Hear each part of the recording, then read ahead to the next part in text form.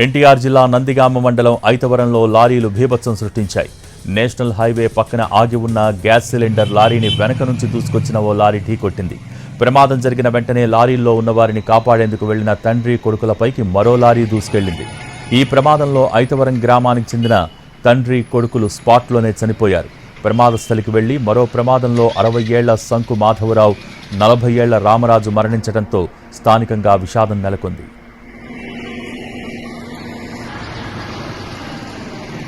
Gas cylinder లారీని ఓ lorry ఢీకొట్టడం, ఆ తర్వాత 2 లారీలను మరో లారీ ఢీకొట్టడంతో ఆ రూట్లో వస్తున్న కంటైనర్ డ్రైవర్ కంగారు పడ్డాడు.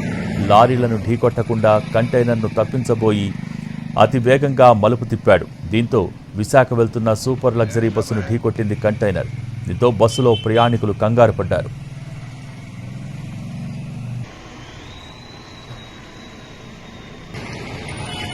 కంటైనర్ ఢీకొట్టిన సమయంలో బస్సులో 30 మంది ప్రయాణికులు ఉన్నారు. అయితే వారంతా సురక్షితంగా బయటపడ్డారు. మరో బస్సులో ప్రయాణికులను గమ్యస్థానాలకు చేర్చారు ఆర్టీసీ అధికారులు.